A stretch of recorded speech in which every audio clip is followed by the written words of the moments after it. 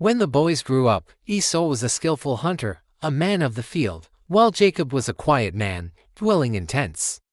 Isaac loved Esau because he ate of his game, but Rebekah loved Jacob. From their very beginnings, these twin brothers were destined for conflict. Even in the womb they struggled together, and God told Rebekah, "Two nations are in your womb, and to peoples from within you shall be divided. The one shall be stronger than the other, the older shall serve the younger." Now, as grown men, their differences couldn't have been more pronounced. Esau was the rugged outdoorsman, a man's man. Covered in hair, strong, impulsive, living for the thrill of the hunt. He was his father Isaac's favorite, likely because Isaac saw in him the kind of man he himself had never been: adventurous, physical, bold. Jacob was different, quiet, thoughtful, content to stay around the tents. The Hebrew word translated quiet actually means complete, perfect, blameless, as suggesting Jacob had spiritual interests and integrity. He was his mother Rebekah's favorite, perhaps because she remembered God's prophecy that the older would serve the younger.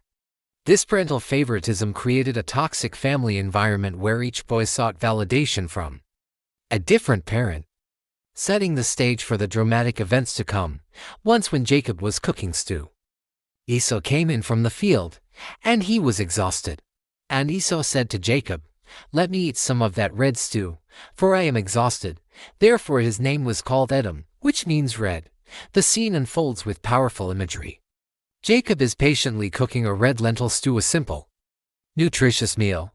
Esau stumbles in from hunting, completely drained, his physical needs overwhelming everything else. His demand is immediate and desperate: "Let me eat some of that red stew." So strong was this moment that it earned Esau a new nickname, Edom, meaning red. Forever associating him with this impulsive, flesh-driven decision, Jacob said, "Sell me your birthright now." Jacob saw his opportunity. He knew his brother's weakness. Esau was ruled by his physical appetites. The birthright in their culture wasn't just about inheritance, it carried spiritual significance. The firstborn received a double portion of the inheritance, but more importantly, they became the family priest and carried the covenant blessings God had given Abraham and Isaac. Jacob understood the value of what he was asking for, even if his method of obtaining it was questionable. Esau said, "I am about to die.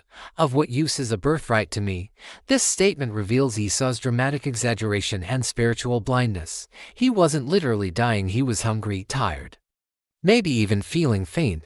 But in that moment, his physical discomfort felt like death to him.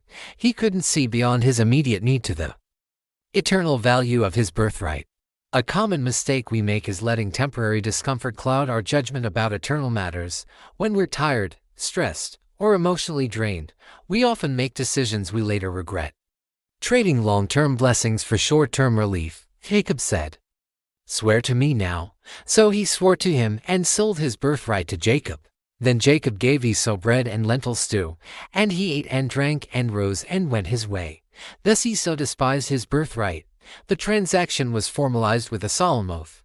In their culture, a spoken oath before witnesses was legally binding. Esau, in his hunger and impatience, permanently transferred his spiritual inheritance for a single meal. The text concludes with the devastating verdict: "Thus Esau despised his birthright." The word despised means he treated it as worthless, considering a bowl of stew more valuable than his God-given inheritance. This wasn't just a bad trade. It was a revelation of Esau's heart. He valued the immediate satisfaction of his flesh over the eternal promises of God. An insider secret about spiritual warfare: our greatest battles often occur when we're physically depleted. Esau's exhaustion made him vulnerable to making a catastrophic decision. This is why self-care and maintaining our physical and emotional reserves isn't selfish, it's spiritual warfare.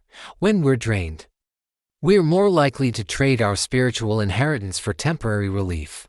So what are the moral lessons we can learn from the story of Jacob and Esau? First, our physical appetites, when uncontrolled, can cause us to make disastrous spiritual decisions. Temporary gratification often comes at eternal cost. Second, parental favoritism creates division and competition that can destroy family relationships. Third, understanding the value of our spiritual inheritance should shape our daily choices. And finally, God's purposes will be accomplished. But the methods matter. Jacob would spend years dealing with the consequences of his deceptive approach. The New Testament references Esau as a warning, describing him as godless because for a single meal he sold his inheritance rights as the oldest son. His story stands as an eternal caution against valuing the temporary over the eternal, the physical over the spiritual. If this examination of one of the Bible's most consequential family conflicts has given you wisdom for valuing your own spiritual inheritance, please like and subscribe to this channel.